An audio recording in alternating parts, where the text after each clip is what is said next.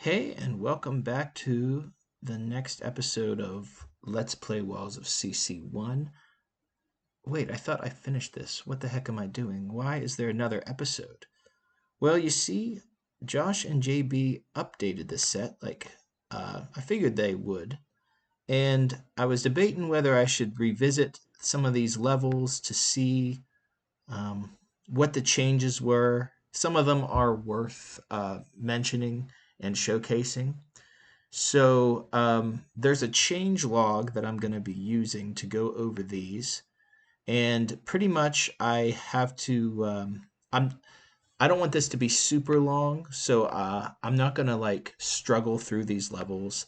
Uh, I have beaten them, and I'm going to showcase my solutions where the solutions were significantly different from what was there present in the videos. And if you want to see my solutions to the levels originally, you can go back and watch them. Also, there is going to be, since I'm putting this video out anyways, um, and there's going to be an announcement at the end uh, regarding my next Let's Play project. So stay tuned for that. So I checked my solutions, and there was, I believe, 14 affected solutions. So we're going to go over them. The first one was level 34, Elemental Cypher. I did enjoy this level. Now the only change that I could really tell was this right here. You can see it right in the opening thing, which is nice because I think in the video one time I went and slid and I lost my boots. Which wasn't a huge loss. You can just start over and go right back to this room. But let's say you were beating the level for the first time and you figured out the other three rooms, then you did this one, and then that happened. That would be pretty not nice. So I'm glad the change was made, but otherwise the solution is pretty much unchanged. So you can go back and watch that if you want. So the next one that was affected was, let me see here, level 57, Oddest Salsa. Now this one was significant. I liked the changes to this, so we are going to watch this solution. But right off the bat, this opening puzzle was actually used pretty much later in the level originally.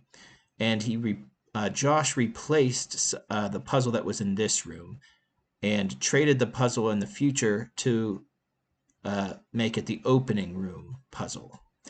So I'll start playing this. So this is not too bad. You just got to set up a course to follow. Another thing interesting to note is that in the original one, you start here, I think, and then there's fire boots here. So because the solution would need to be changed anyways, he made it so that you die immediately because you would have originally gone down to get the fire boots, and then your solution is just useless, so you have to redo it. But you would have had to redo it anyways. I just thought that was kind of funny and a creative way to tell the player you need to redo this level. So yeah, get this playing again.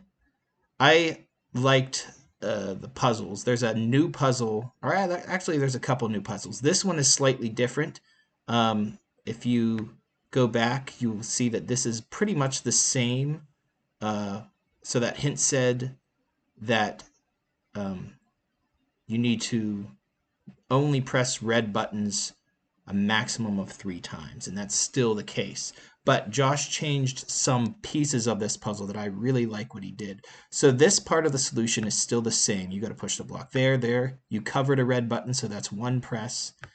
And then you do this. You press it again, that's 2. And then you only have to press 1 more red button right there to do that. And then you get the fire boots. Now, originally, I believe the fire boots were... well, hold on. Do I have my thing pulled up here? This is level 57. Okay.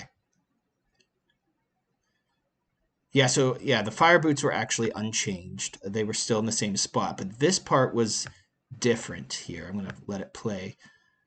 So before, I think at this point you could collect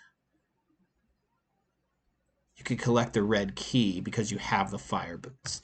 That's what's different. So in this version, what you have to do is this. You actually have to use some of these traps that you're holding down to turn the block around to get this bomb destroyed, which was not present in the original version. And you could have just got the red key right away. And then you need to, and this part is kind of the same, you need to cover up this trap button. And normally, what happened before was you would teleport up to a different room to get a chip, but here you get to use this fireball from the first room. I thought that was a pretty clever little usage there. And then you use it like this to bounce it up there to destroy that bomb. I liked that part. This part is pretty much unchanged as far as I can remember. You just bounce the fireball there, destroy the bomb. This part is pretty much unchanged. I remember I died here in my original video. But you got to keep that chip there so that this fireball can bounce off of that. And then now we get to this puzzle that I like a lot. So this room here was originally filled with fire boots, and it was very similar to the opening puzzle in the new version. But here, I like this. Did I press play? Yeah. So you clone, first of all, I should have the sound on. You clone fireballs, but you can see how many you get here with these tanks. And you got to make sure that you destroy enough bombs to get everything in this room. Thankfully, it seems to be pretty easy. My first, oh, let's try this strategy, and I was able to get everything. So I don't know how hard this one is, but it felt like a fair challenge because it is kind of later in the level, so it could be easy to mess up if you are careless with your resources here. But basically the rule of thumb is you kind of want to leave these chips where he's going straight, because if you get these ones, you lose a lot of maneuverability that you have with allowing him to turn. If you get the stuff first where he turns, there's probably a lot of ways to do this, but that's just my thinking, is that you want to save these so that later on then you can get the stuff that's straight ahead because you've already had him turn and get other stuff. But yeah, I used up all of my clone presses that I was allowed to have, and I got out of that room. And then this part was slightly different, the way you visit rooms. I think this part was different.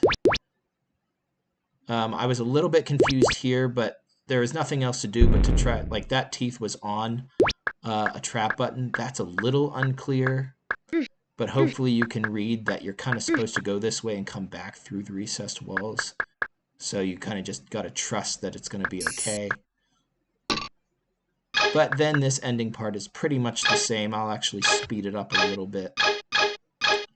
And we'll turn the sound back off because we don't want to hear that thief noise all the time.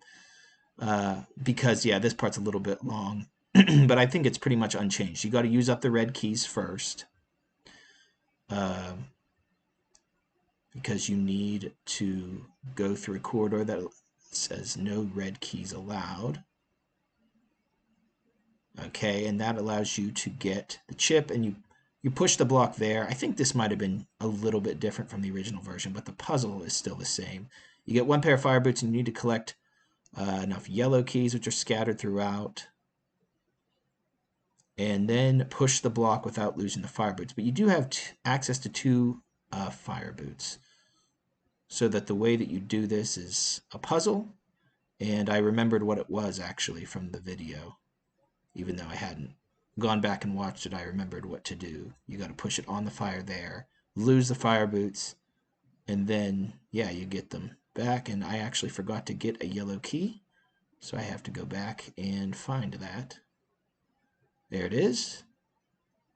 And that is Oddest Salsa. All right, and so the next one on the list was level 65, Gasmoxia. However, The changes here did not affect my solution, so we'll just move on. Then the next one is the same, 71, not solution not affected. So the next one where my solution was affected was level 78, Stone Cyclone, and this one wasn't all that different. I will make note of a few things here. First of all, in the original one, you didn't have to collect a red key here. It was like a tank cloner that was just basically a wall. So there's like an extra step that you have to do in this version, and I did stupidly the first time I got to it. I just opened this red door without realizing, like, wait, that's not what you're supposed to do. So yeah, you want to open this one down there later on when you collect it. That's the only thing with this one at this section, and I'll show you the part that's changed later on here. So I toggle the toggle wall, I walk over here, I do this glider section. We'll speed this up a little bit because this is, whoa, that's too much. That's too much. This is a lot the same as the original version. You go up here, get the keys, and so yeah, in the other version there was like a glider here, or not a glider, a walker here that you just had to bridge up and around. I kind of like this version a little bit better. Seemed to be a little bit more interactive that you do with the blocks here, and you push it down onto this button. So yeah, that was the most change to the level was that section there. The rest is pretty much the same.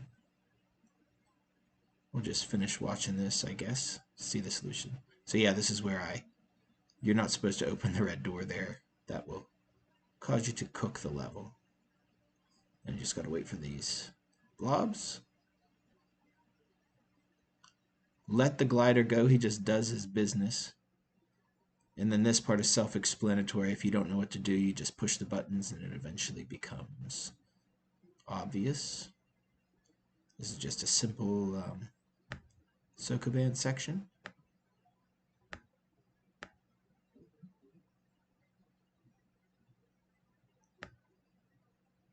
Okay, and then you go up here, let this guy go, and then now is when you open the red door. And I couldn't remember if this part was any different. If it is, it's only slightly different. I didn't quite care for how many times you have to walk across these walls, but it's okay. Yeah, you get the red key and get the flippers, and then you do the vortex to end it all. And I do remember here, I want to watch this because there was like a super close call at one point. I got basically all the way to the end and almost died. So we'll see this here in real time.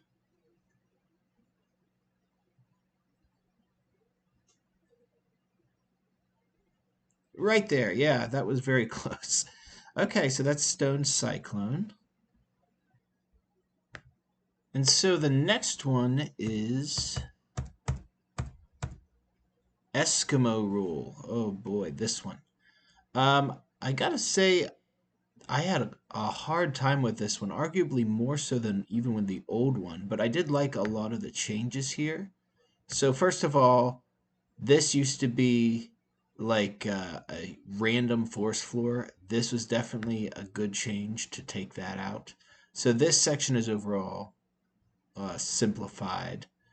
Instead of getting a red and a blue key, you're given just all reds, and then you have to discern which thing to get first. That makes this part more of a puzzle than a straightforward thing, which is cool. But I had so much trouble on a later part of this level that I ended up having to redo this section so many times. Like I was just blindly going through this because I had to redo it so much. But you get the ice skates, and yeah, just go up here. This is all the same. I like this part from the original. Let's speed this up a little bit. I uncover these walls here. This part is a lot better from the original. I'll explain that when we get to it.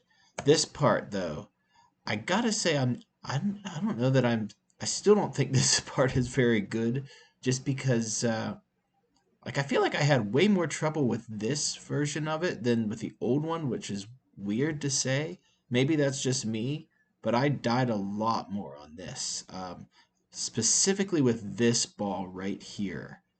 Um, the other ones are not so bad. You can kind of time it out, and the times that I died over there were just my fault. But I swear, sometimes this ball killed me when it shouldn't have because it was sliding on the ice. This is just a lot right here. And the only way out, when you get this red key, the only way out is back through here. I kind of wish, I don't know, I wish there was just more exits through here to get these red keys.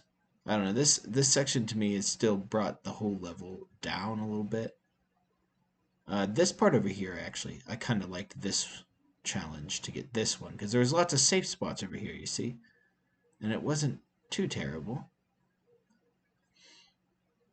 But yeah, maybe it was just my fault, but I died so many times trying to redo this level. But I like this next part. You get the yellow key. This is much better.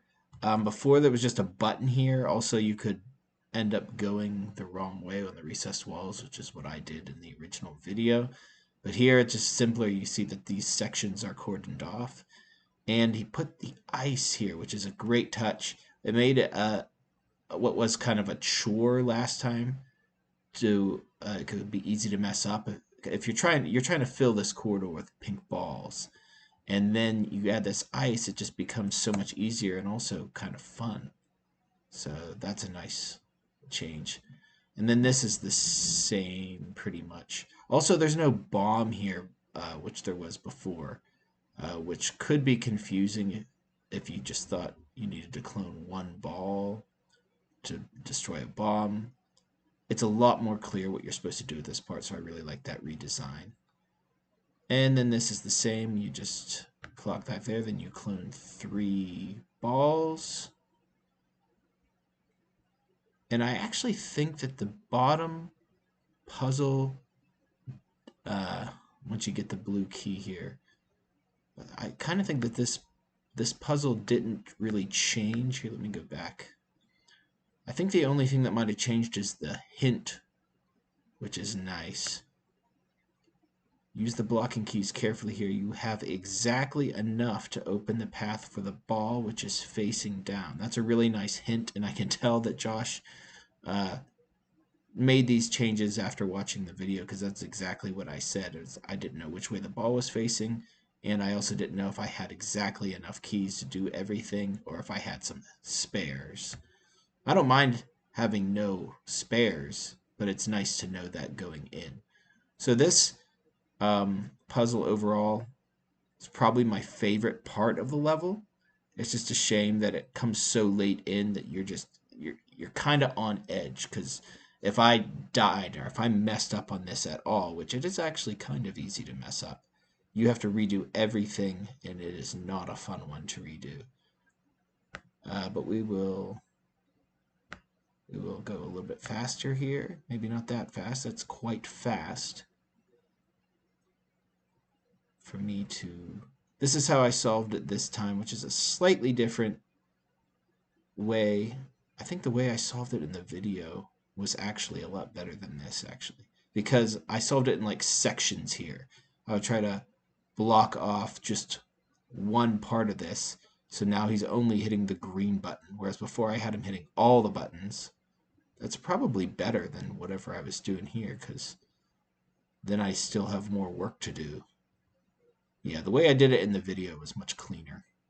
But, you know, both work. That's what I kind of like about this section is you're kind of free to solve it however you want. The task is asked of you, and you got to figure out how you want to do it. And even watching this quickly is still like a long time. Yeah, that tank, I even died in this part a couple times, just being stupid. That tank was very close to killing me there. I think when I move the block next, I realize that I can get it all done in one go. I think that's what I end up doing here. I guess I can turn the sound back on.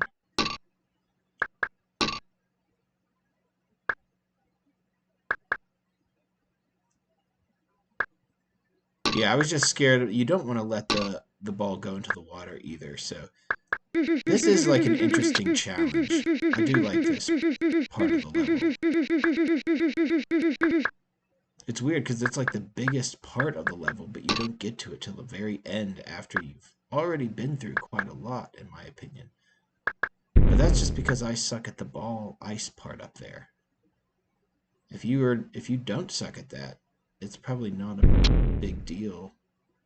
Like for Josh, I bet he just breezes through this and then gets to this part no problem. But that was not the case for me. Yeah, and then you just make your way back to the beginning to get to the exit, and you gotta avoid the thief here. And that is Eskimo Roll. Okay, so next up we have level 94, Nixtorm. So this level had some changes. First of all, the middle here, this was like an ice ring. And for the most part, this level, gameplay-wise, didn't change. You used to be collecting blue keys, and now instead you're collecting chips. Other than that, the gameplay is pretty much the same. There was some extra blue keys before, and now there's some extra chips. I did want to showcase just one thing that I found out. Now, this was also possible in the previous version, but you can kind of save a trip when you do this section if you collect the keys in a certain order. I don't think anything needs to be adjusted. It's just a different way of doing it. I don't know if it actually saves any time, but you can go back to collect this red key. And this recessed wall here, you never end up having to use it. So yeah, you just go like this, open that up, and then you can just push the block through here. And yeah, you never have to use that recessed wall. But that's just a little minor thing that I found. Has nothing to do with the changes. The level still pretty much plays the same. So if you want to see my solution to this, you can go back and see the video. So there's Nixtorm. The next one was level 108. Rogueport. So this level, of course, this is a new title. It was called a World of Thieves. And this one also is mostly the same, mostly aesthetic changes. My solution did need to be redone because Chip starts in a different spot. But one of the very few changes I saw was right here. And it's an interesting change. So these flippers used to be here. And what that meant was that the player could go in there and investigate without making any commitment yet. Now, the player can't do that and has to choose one or the other. And one is right and one is wrong. I don't know how I feel about that. It doesn't change a lot in the level. Getting the Force 4 boots first is correct. But you wouldn't necessarily know that on a first time through. Now, this is at the very beginning of a non-linear level, so it's fine. It doesn't drastically affect the level, in my opinion. It's still a great level. It's just an interesting decision. I don't know that I would have done that, but Josh, of course, can do whatever he wants with his own level. It's just an interesting choice. I think the level's still great, though. But yeah, so the solution is still pretty much the same. So there's Rogueport. What was next? Level 117. Oh, this one was interesting. The Lost Ruins of Arnak by JB. So this one is pretty much the same except the ending, which was actually the only part I didn't like. So I actually really like this level now. So originally before the figuring out of how to progress through this level was fun. It's just when I got to a certain point, you're supposed to find the exit, and the chip counter still says 2, and I was left not knowing what to do and where to go, and I did eventually stumble upon the exit, but I didn't care for that ending that much, and JB just made the exit visible. The funny thing was my solution did not need to be redone because I happened to just walk over the spot that he put the exit in. But yeah, it's past some fire here, so once you get the fire boots, you know exactly where the exit is if you were paying attention, and you can just uh, go to the exit at that point, which was the same in the previous version, except the exit wasn't in this spot, but you still needed the fire boots to get to it. But yeah, just kind of funny that I thought my solution didn't need to be changed because I happened to walk right here. And the next one on the list was level 121, Frog Day Afternoon. Yeah, so this one, again, was just a one-room change. And that was the one room that I did have trouble with. So, it's not this room. It's the bomb room. But this is the best way to do that, Sokoban here. Yes, this room right here. I just remember having a lot of trouble specifically getting like this red key down here. And now this room went from being probably the most troublesome room to being maybe the easiest room in the whole level. It's actually, I saved it for last in this playthrough, only going in here to lose my boots at the thief and then coming back there at the end. So yeah, that room's kind of a nice breather at the end of the level now, in my opinion. So this level got a lot better too, as the way I see it. There's Frog Day Afternoon. All right, so the next one was level 123. This is fine. So JB made the changes that I said in the video. He made these 4 tiles, floor tiles. So it did affect how I did this opening room. I'll just show that quickly. And also he removed the fire tiles at the bottom, which at first I did complain about in the video. But then the more that I thought about it, I actually kind of liked the challenge and the solution that I came up with to around that. But I don't begrudge the change either, because it is nice that it's a little easier now and I feel like more reasonable. Okay, so that's how I did the opening room. This Sokoban is unchanged, so I'll just show the solution real quick, but I'll get to the bottom of the level here. A lot of clickety-clacks here. This is a really good Sokoban. I don't know if it's adapted or not, but it was super tight, and the only reason I was able to solve it as quick as I did is because I had to retry many times on this level when I was redoing the solution. Don't know why. I really like this level. It's not one of my absolute favorites. Okay, so here's the change. It's a little bit simpler. So obviously the bottom ones you need the blocks for. So you can just get the first 2 bombs destroyed like that. Once you know that you need to save the bottom ones, you can kind of just whittle the fireballs down like this until you're left with just 2, and then you're left with just 1, and then you just save 1 that you need 2 blocks to get them where you need them. You miss out on the previous solution where you needed to like move the fireball into a different lane.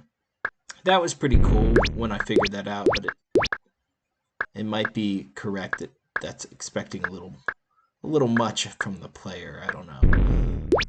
But yeah, so those are the changes. I would say the level is pretty much the same after this. For this part up here, with the yellow keys, I thought I remember JB saying that what I did was not the intended solution, so I thought he might have made a change here, but it wasn't. Like, I was still able to do the same thing. What I did was I didn't even try to solve this part until I got the green key and got rid of all these green doors. And I still was unable to find a different way to do this part. So my guess is, if I'm right, I think I'm right about that. JB said that I didn't do it his intended way, but it's fine.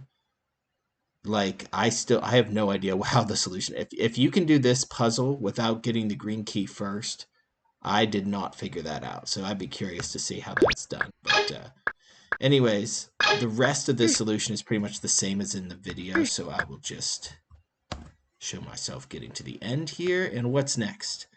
Oh, the very next level, Confetti Catastrophe. So this part, this is a very long level. I'll just skip to the part that was changed because the level is like exactly the same otherwise. So there was one part that I kind of complained about in the video towards the end, because I did die to it. Oh, I like this part. I did fail, I should say, after this teleport section. Yes, okay, I'll pick it up here. So you push this, and I know what I'm doing because I've played this level, but your first time through, let's say you don't know exactly what you're doing. Also, another thing that I noticed about this level that I did not notice until just redoing it now was I'm pretty sure the only monsters that are actually released from traps are fireballs.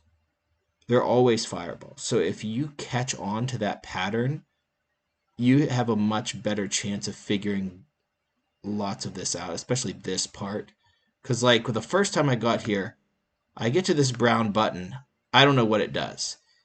It releases this guy, which he presses the button and forces him to go right, but he bounces back. So that does give you some time to do what you need to do. But Josh added ice skates and an ice tile here to, like, emphasize that you have a safe spot.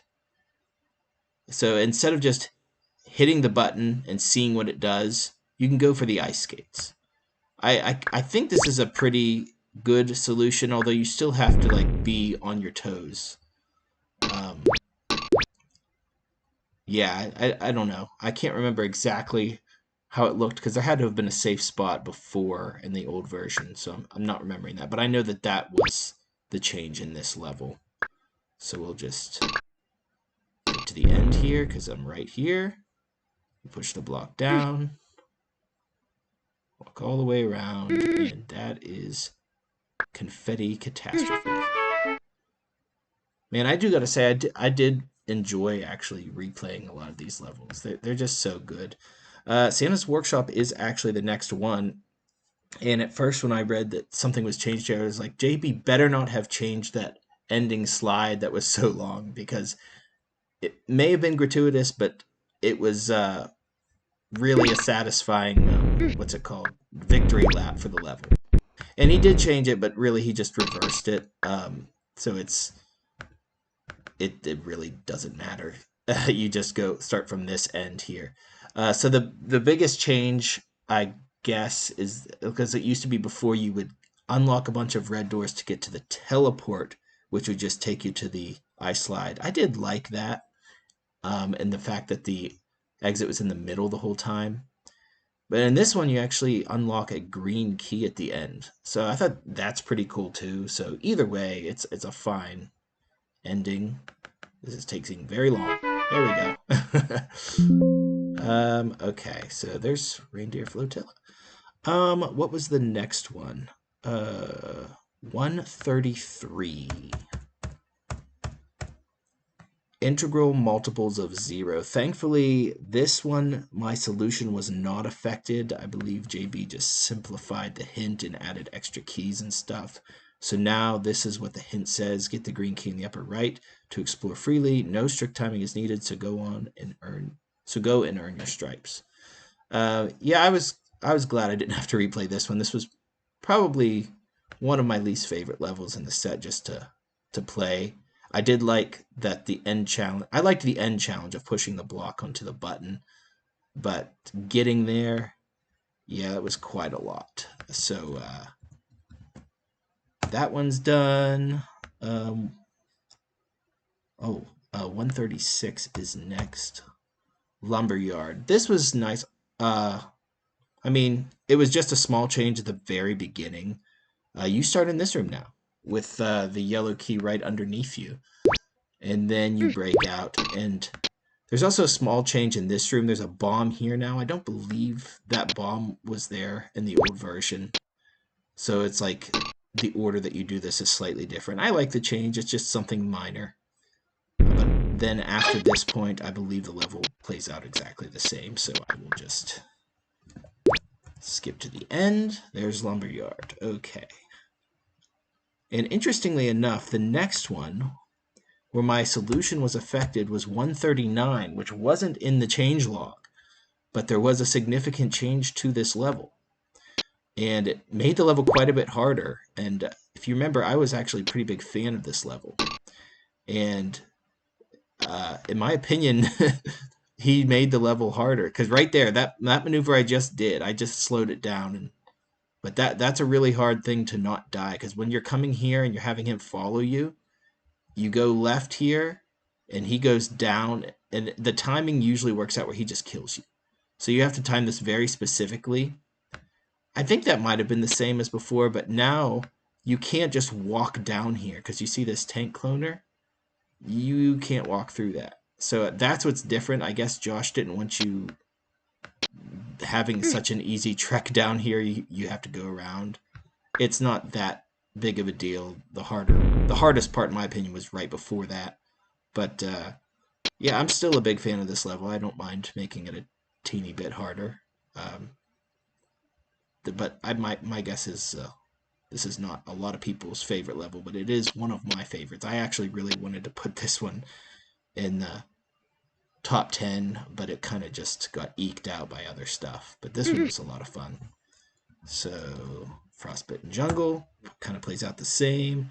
This one was not affected. The next one was, oops, sorry, 147. Am I right about that? 147. The Shop of Infinite Curiosities. So in this one, JP said he changed something to prevent slide delay. I don't know what the thing was, but in this one, the flippers used to be here, the block used to be here. So somehow that prevents slide delay. I'm not sure what was different, but this level is fine. It's pretty much gameplay-wise unchanged. Oh yeah, this part was slightly different here too. I think this used to be a chip and now it's gravel, so that's mainly just an aesthetic change. This level is still pretty awesome. When I replayed it, I realized how much I really do like this level. Was there something else? I don't remember. I thought maybe JB changed something with this, how this works out, but you know, I don't think it is different. The more I think on it, I still ended up doing the same thing.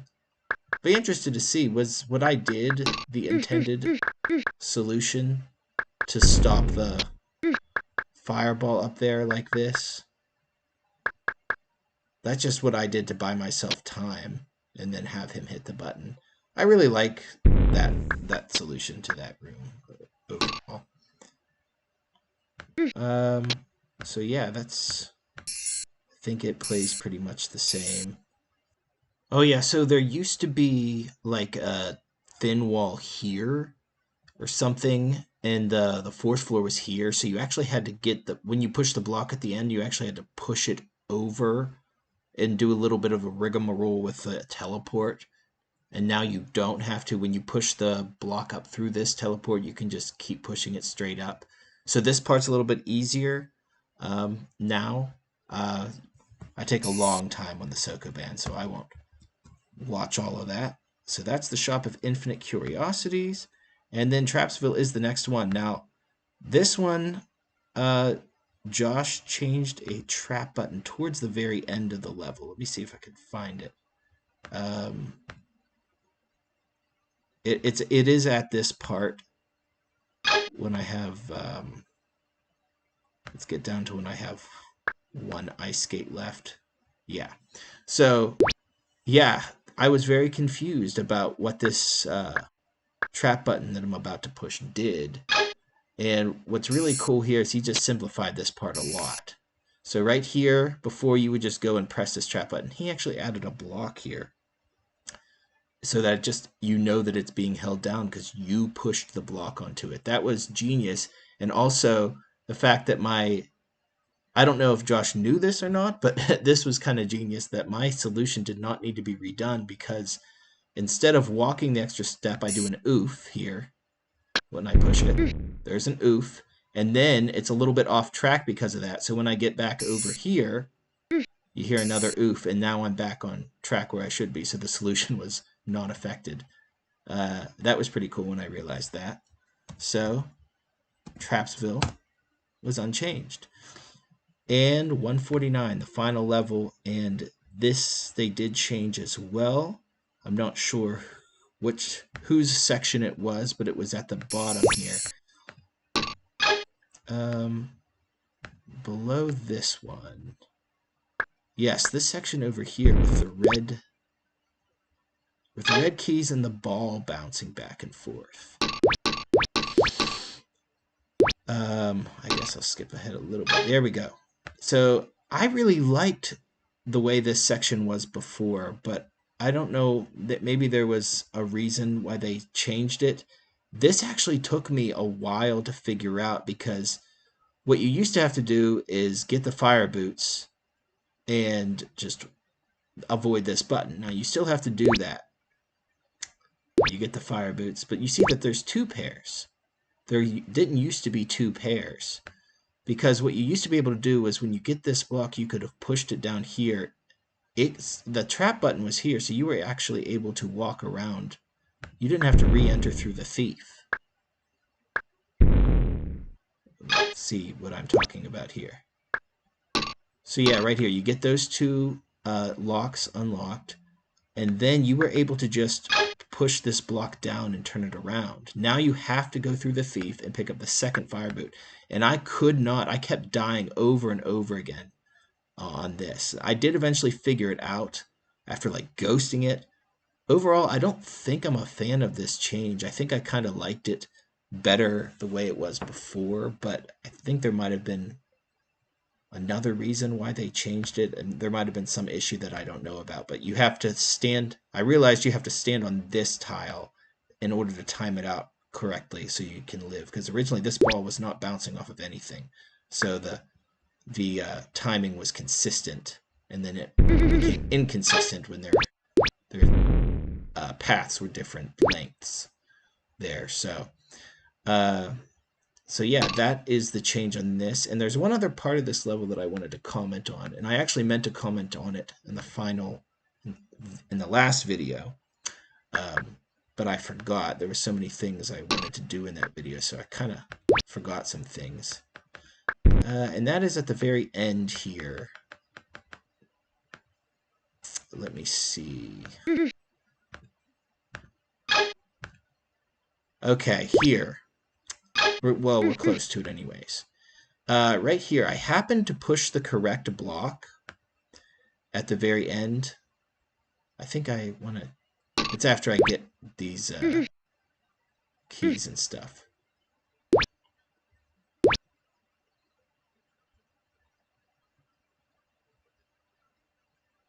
Like, I see that you can go up here and see that there's an invisible wall here. I realize that. But it stays invisible. And if you're not thinking, you can push the wrong block. What you're supposed to do is push this top block up here to this water. You could think that it doesn't matter and push this block here. And then it kind of looks like you can turn a block around and like, oh, I'll just turn this block. You can't turn this block around. So you actually, this is a 50-50 that you have to know ahead of time to push the right block. I just happened to push the right block on my first try. So I kind of wish that that invisible wall wasn't there, but that's just a little nitpick. I thought I'd point that out because I meant to point that out in the first time through. But overall, this what did I put this at number 3? This level is so awesome, and I didn't even realize at the time that the memories it's referring to was all these vignettes are little references to earlier levels in the set, and it uses the walls from memories. Everything about this level, it's pretty perfect. Like, it's hard to really complain on this one. This is so well done. So I'll just speed through here because I'm right at the end.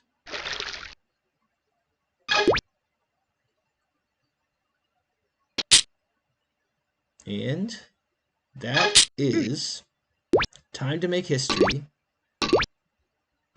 Also, JB said that these 3 monsters each represent one of the 3 designers. I don't know which one represents which one, but I'm sure JB can tell you on that. But yeah, that is Walls of CC1. All right. So again, thanks for watching. This was a surprise episode, and I'll see you on the next one. Well, what's that? Oh, that's right. I was supposed to have a little preview for my next project. So I'm not going to tell you what it is, but I will give you some hints. First of all, I want to do a CC2 set. So the first hint I'm going to give is that it is not the CC2 main game, and it is not CC2 LP1. So I will just leave it at that. What set is it? You can leave your guesses in the comments, but you will have to wait until Monday. Stay tuned to Discord and my YouTube channel to see what it is. Thanks for watching. See you then.